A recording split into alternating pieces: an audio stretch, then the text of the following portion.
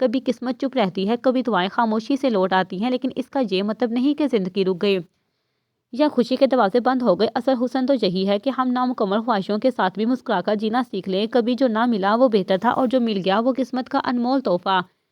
کیونکہ ہر خواہش پوری ہو یہ ضروری نہیں، مگر شکر ادا کرنا ہر حال میں ضروری ہے۔ فکر مت کرو آپ کی، انشاءاللہ اللہ پاک آپ کے لیے بہتر کریں گے، بس صبر اور شکر کریں۔ مریم نے بہت لذان سے اپنی بہن کو سمجھایا۔ مریم، خیالوں کی دنیا حقیقت کو کیوں نہیں ہو سکتی؟ کیا خواہش کرنا گناہ ہے؟ کیوں سب کچھ الٹ ہوتا ہے؟ کاش کہ زندگی میں کوئی غم، کوئی دکھ نہ ہوتا، صرف خوشیاں ہوتی، نفرت نہ ہوتی، بس پیار ہی پیار ہوتا۔ میں نے ساری زندگی امی کو ابو کے ساتھ کمپرومائز کرتے دیکھا ہے، اپنی خواہشات اور ترجیحات کا گلا گھونٹتے دیکھا ہے، دادی کی جھڑکیاں کو صبر سے پیتے دیکھا ہے۔ مجھ میں امی جیسا صبر نہیں ہے، اور نہ میں ایسی بن سکتی ہوں۔ مجھے اللہ نے فاطمہ بنایا ہے اور میں فاطمہ ہی رہوں گی ہمیشہ۔ مجھے اللہ پر یقین ہے، وہ مجھے مایوس ہونے نہیں دے گا۔ مجھے دولت نہیں چاہیے، بس ایک عزت کرنے والے سسرال چاہیے، وفادار شوہر چاہیے، بس اس سے زیادہ کیا مانگ رہی ہوں میں؟ اور میرا یقین انشاءاللہ ضرور جیتے گا۔ میرا رب مجھے ہارنے نہیں دے گا، کبھی نہیں۔ کیا میں اندر آ سکتی ہوں؟ ولیجہ مشرق کے کمرے کے باہر کھڑی اجازت کی منتظر تھی۔ مشرق نے نگاہیں اٹھا کر دیکھا۔ ولیجہ کو اپنے دروازے کے باہر کھڑا دیکھ کر اسے ایک خوشگوار حیرت ہوئی۔ مشرق کو لگا تھا کہ سنی نے جو کچھ بھی ولیجہ کے ساتھ کیا ہے، اس کے بعد وہ اس کے قریب کام ہی آئے گی۔ اندر آؤ ولیجہ، باہر کیوں کھڑی ہو؟ وہ خوش دلی سے بولتی ہوئی سیدھی ہو کر بیٹھی۔ ولیجہ نے دروازہ کھولا تو اس کے سامنے ملازمہ کھانے کی ٹرے لیے ساتھ ساتھ اندر داخل ہوئی۔ ارے یہ اتنا سارا کھانا کیوں لائی ہو ولیجہ؟ مجھے بھوک نہیں ہے۔ اتنے خلوص پر مشرق کی آنکھیں ڈبڈبائیں۔ کیوں بھوک نہیں ہے؟ ہر نارمل انسان کم از کم 3 وقت کا کھانا تو کھاتا ہے۔ ملازمہ کھانا لگا کر باہر چلی گئی۔ ولیجہ مشرق کے لیے پلیٹ بنانے لگی۔ تم بہت سویٹ ہو ولیجہ، مجھے لگا تم بھی مجھ سے نفرت کرتی ہو۔ وہ بیڈ سے اٹھتی ہوئی ولیجہ کے پاس بیٹھی۔ میں بھی، مطلب اور کون نفرت کرتا ہے آپ سے؟ کیا مام نے کچھ کہا آپ کو؟ ولیجہ کا چاول ڈالتا ہوا ہاتھ رکا۔ نہیں، وہ بات ہی نہیں کرتے مجھ سے۔ سبحان بھائی تو دنیا کے بیسٹ بھائی ہیں، اور احسن انکل بھی بہت اچھے ہیں۔ وہ کچھ کہتے کہتے رکی۔ ایک بندہ رہ گیا، اس کے بارے میں نہیں بتائیں گی؟ ولیجہ نے پلیٹ مشرق کے ہاتھ میں تھمائی۔ وہ جہاں ہے اسے وہی رہنے دو، تمہاری مہربانی برا کے خیال سے ہی اس کا حلق کروا ہوا۔ واؤ یمی، اٹس ٹیسٹی۔ کس نے بنایا ہے کھانا؟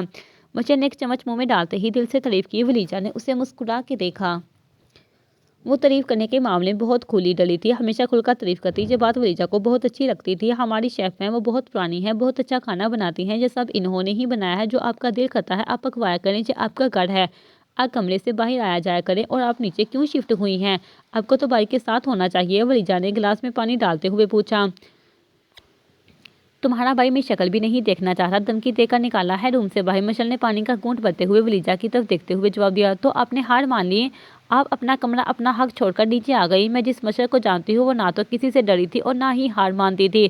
اپنی زندگی کی بازی میں کیوں پیچھے ہٹ رہی ہیں؟ مشرق کرنے والا حلق میں اٹکا، پلیٹ واپس ٹیبل پر رکھی۔ ولیجہ، تمہارے بھائی نے مجھے اس قابل چھوڑا ہی نہیں کہ میں کسی سے بات بھی کر سکوں۔ میری بیسٹ فرینڈز وہ سب میرے پیسے پر عاشق تھی۔ سنی نے میرے شیئر فریز کر دیے ہیں، میرے کارڈز، میرے اکاؤنٹ سب بند کر دیے ہیں۔ میرے پیرنٹس اپنے بیٹے کا ساتھ دے رہے ہیں۔ میرے ہاتھ میں کیا ہے بتاؤ؟ بدنامی الگ ہو گئی ہے۔ آئے روز کوئی نہ کوئی میری سچی جھوٹی خبر سوشل میڈیا پر ہوتی ہے، اور تم کہتی ہو وہ مشرق کہاں گئی؟ میرے پاس صرف ایک یہ کمرہ ہے، میرا رازدار ہے، باقی ہر چیز سے گرد صاف ہو گئی ہے۔ روز گھنٹوں سوچتی ہوں کہ اپنی زندگی کہاں سے سٹارٹ کروں، مگر کوئی سرا ہاتھ نہیں آتا۔ سب کچھ بھول کر اگر برا کا ہاتھ تھامنا چاہوں تو اس کا رویہ دیکھ کر وہ ہمت بھی جاتی رہتی ہے۔ اب تم بتاؤ، کوئی راستہ ہے؟ میری کوئی منزل نظر آتی ہے؟ مشرق اس سے والیا نظروں سے دیکھ رہی تھی۔ ولیجہ نے بہت اطمینان سے اس کی باتیں سنی۔ مشرق اس وقت تنہائی کا شکار تھی، اسے کسی دوست کی ضرورت تھی، اور ولیجہ اس وقت دوست بننا چاہتی تھی۔ مشرق، میں آپ کو بھابی کہہ لوں پلیز؟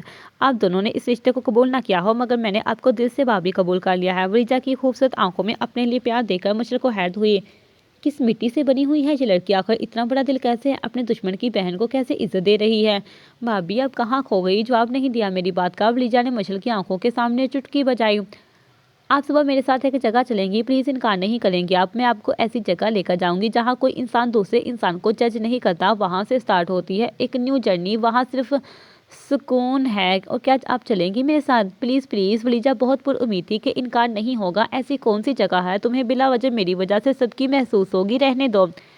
نہیں بھابی، یہ صدقی نہیں ہے، یہ شفا ہے۔ اس نے مشرق کا ہاتھ تھاما نرمی سے۔ وہ جگہ صرف دل والوں کی ہے، اور میں جانتی ہوں کہ آپ کا دل بہت بڑا ہے، بس تھوڑا زخمی ہے بس۔ مشرق نے اس کے چہرے کو غور سے دیکھا، اور وہ حیران رہ گئی کہ اس لڑکی میں کتنی سچائی ہے، کتنی خلوص، بڑی روشنی ہے۔ اور سب سے بڑی بات، یہ روشنی اس انسان کی بہن میں ہے جس نے اسے تکلیف دی تھی۔ ولیجہ، تم کیسے؟ مشرق کی آواز رک گئی، آنسو آنکھوں کے کناروں پر آ کر ٹھہر گئے۔ میں بس اتنا جانتی ہوں بھابی کہ زخم کو زخم سے نہیں، مرہم سے بڑھا جاتا ہے۔ تو بتاؤ کہاں جانا ہے؟ مشل نے دھیرے سے کہا۔ ولیجا کی آنکھیں چمک اٹھیں۔ قرآن سینٹر، آپ بس میرے ساتھ ایک بار چلے، آپ دیکھیں گی کہ اصل سکون کہاں چھپا ہے، وہ سکون جو نہ عدالت دیتی ہے، نہ کوئی ڈاکٹر، نہ کوئی انسان، صرف اللہ کے پاس آپ کے سارے سوالوں کا جواب ہے۔ مشل نے ہلکے سے اس بات میں سا ہلایا اور ولیجا کی طرف دیکھا جسے کسی نئی روشنی کی طرف بڑھ رہی ہو۔ یہ دو دشمنوں کی بہنیں نہیں تھیں، یہ دو زخمی عورتیں تھیں جو زندگی کے نئے باب کی طرف قدم بڑھا رہی تھیں۔ ایک ایسا باب جہاں لفظ معافی صرف لفظ نہیں، ایک عمل تھا۔ معاذ، میں اس مہینے کے آخر میں ہی تم لوگوں کا ولیمہ کروانا چاہتا ہوں، تم نے کیا سوچا ہے اس بارے میں؟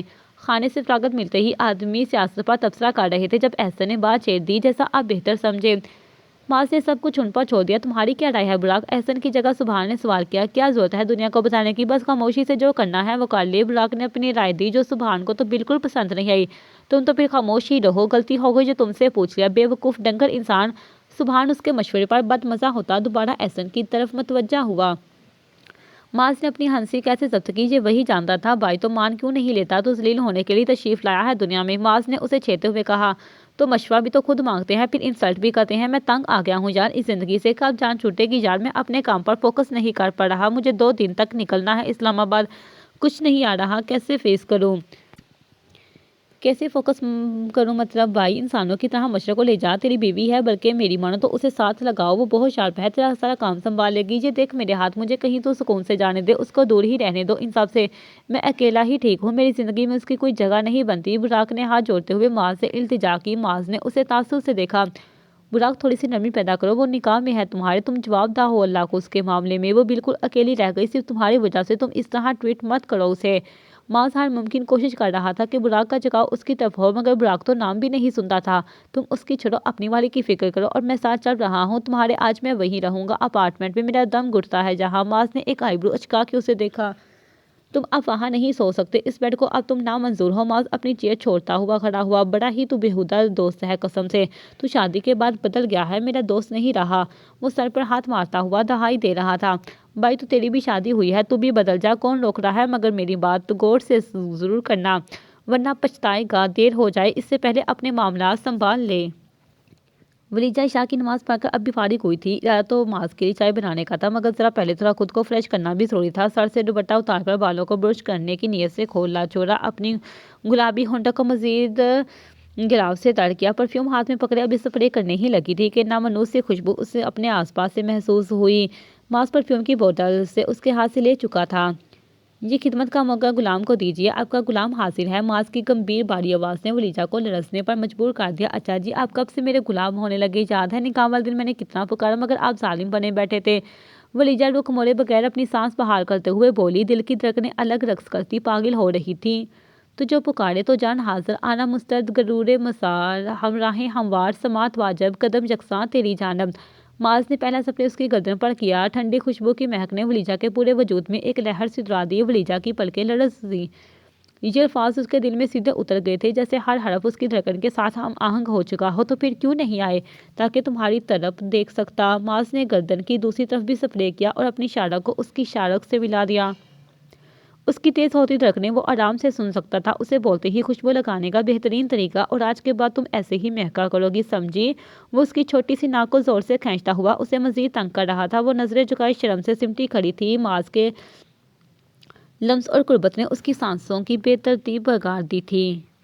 چہرہ گلابی پڑ گیا، دھڑکنیں جیسے حد سے زیادہ بے قابو تھی۔ اس کے کھلے بالوں کی مہک وہ خود کے اندر سمیٹ رہا تھا، جیسے وہ اس کے لیے دنیا کی کسی بھی مہک سے زیادہ انمول ہو۔ ولیجا نے خود کو سنبھالتے ہوئے بمشکل الفاظ ادا کیے۔ میں آپ کو چائے کا پوچھنے آ رہی تھی، تو پوچھو نہ، پوچھتی کیوں نہیں؟ اس کے لہجے میں شرارت تھی۔ ولیجا نے ہچکچاتے ہوئے آنکھ اٹھائی۔ چائے پئیں گے؟ معاذ نے نظریں گہری کر کے جواب دیا۔ تم بناؤ گی تو زہر بھی پی لوں گا، چائے تو بہت دور کی بات ہے۔ معاذ، ولیجا نے کچھ یاد آنے پر نظر اٹھا کر اسے پکارا۔ یس مسز معاذ، وہ کوفتوں کے لیے بہت بہت معذرت، میں نے فرسٹ ٹائم ہی بنائے تھے، مگر میں وعدہ کرتی ہوں کہ نیکسٹ ٹائم میں بہت اچھے بنانے کی کوشش کروں گی۔ وہ شرمندہ سی تھی۔ ارے یار، اتنی سی بات کے لیے تم پریشان ہو رہی ہو؟ میری بیگم ہاتھ کے تھے، اس کے لیے میری دنیا کے سب سے مزیدار کوفتے تھے۔ ولیجا کا چہرہ شرم اور خوشی سے سرخ ہو گیا۔ معاذ کی ایک بات نے سارے عذر، ساری شرمندگی دھو ڈالی۔ نیچے چلے، میں چائے بناؤں آپ کے لیے؟ نہیں، چائے پھر کبھی، ابھی میں بس جا رہا ہوں۔ معاذ نے گھڑی کی طرف دیکھتے ہوئے کہا۔ کہاں، کدھر جانا ہے؟ ولیجا نے پریشانی سے پوچھا۔ ارے اپنے گھر پگلی، یہ بھی تو آپ کا ہی اپنا گھر ہے، آپ پہلے بھی تو رکتے تھے جہاں، آج بھی رک جائیں۔ وہ بہت چاہت سے بولی تھی۔ نہیں رک سکتا میری جان، مجھے مجبور مت کرو۔ مجھے اجازت دو، کچھ ہی دن کی تو بات ہے، بس پھر تم جہاں آنے کے لیے تڑپو گی۔ معاذ نے ہنسی میں بات ڈال لی۔ ولیجہ کا اترا چہرہ دیکھ کر اس کے دل نے ہارٹ بیٹ مس کی۔ لڑکی سنو میری بات، ابھی میں گھر جا کر تھرڈ کلاس لوفلوں کی طرح تمہیں ویڈیو کال کروں گا اور ساری رات ہم ایک دوسرے کو فضول میں دیکھتے رہیں گے، کیسا؟ معاذ نے داد وصول کرنے والی نگاہوں سے اسے دیکھا۔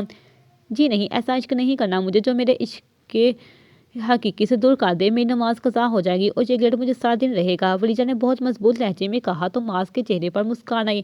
بس یہی چیز تمہیں سب سے زیادہ خاص بناتی ہے ولیجہ، تم اپنے اور اللہ کے درمیان کسی کو بھی نہیں دیتی، حتیٰ کہ مجھے بھی نہیں۔ مجھے تمہاری یہ بات بہت اچھی لگتی ہے، اللہ اور اس کے بندے کے درمیان کوئی آ بھی نہیں سکتا معاذ۔ اللہ پہلے باقی سب تو اس کے بعد میں چلتا ہوں، اس نے دھیمے لہجے میں کہا۔ مجھے تمہاری اداسی اچھی نہیں لگتی اور مجھے آپ کا جانا اچھا نہیں لگتا، انشاءاللہ پھر جلدی ملاقات ہوگی۔ وہ اس کے ماتھے پر بوسہ دیتے ہوئے وہاں سے نکل گیا۔ ولیجہ کتنی دیر تک وہ دروازہ دیکھتی رہی اور پھر معاذ کو اللہ کی امان میں کرتی گہری سانس خارج کرتی خود کو آئینے میں دیکھا۔ وہ گلابی گالیاں معاذ کی خوشبو میں مہک رہی تھی۔ ولیجہ کیا تمہیں لگتا ہے میں وہاں کمفرٹیبل رہوں گی؟ مشرے ایک بار پھر کشمکش کا شکار تھی، وہ وہاں کے ماحول کا سوچ کر گھبرا رہی تھی۔ جیسا حلیہ وہاں جانے کے لیے ہونا چاہیے تھا ویسا مشرے کا نہیں تھا، وہ عجیب سا محسوس کر رہی تھی۔ آپ ایک بار چلیں بھابھی، پھر پرامس دوبارہ نہیں کہوں گی۔ ولیجہ بزید تھی اسے وہاں لے جانے کے لیے۔ سنو ادھر، وہ تمہاری ٹیچر ڈانٹے گی تو نہیں؟ میں دوپٹہ نہیں لیتی نہ نقاب، تو کوئی پرابلم تو نہیں ہوگا؟ نہیں، کچھ نہیں ہوتا وہاں، اگر آپ سکارف لے لیں تو اچھا لگے گا، مگر آپ کمفرٹیبل نہیں تو پھر رہنے دیں۔ آپ جلدی سے تیار ہو کر باہر گاڑی میں آ جائیں، سبحان بھائی ہمارا انتظار کر رہے ہیں۔ ولیجہ اسے سوچو بچار کرنے کے لیے اکیلا چھوڑ کر خود گاڑی چلی گئی۔ مجھے حامی ہی نہیں بننی چاہیے تھی، نہ جانے کیسی جگہ ہے، کون لوگ ہیں، وہ فیصلہ نہیں کر پا رہی تھی کہ وہ کیا کرے۔ جاری ہے۔